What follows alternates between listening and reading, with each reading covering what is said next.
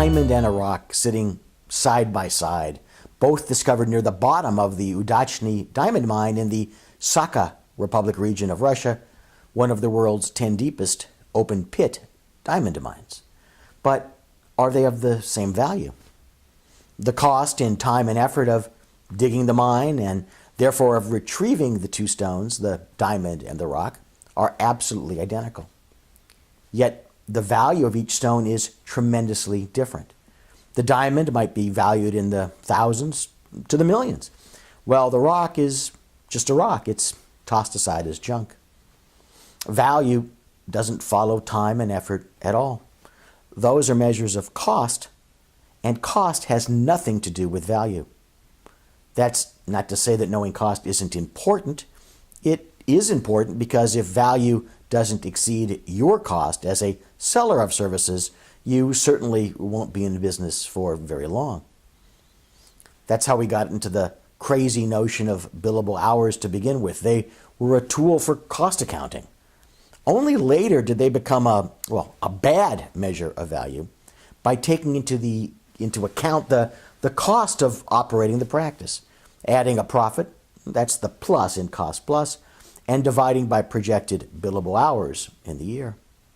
But all of that is internally focused. Internal as in considering what goes on within your law firm.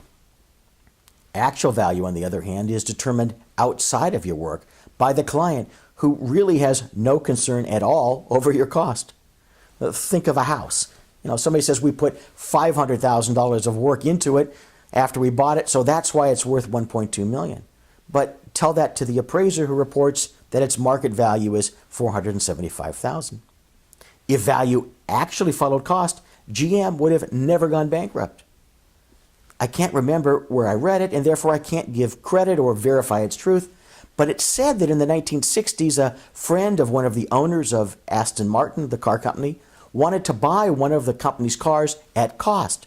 The car was selling for something like 5,000 British pounds at the time.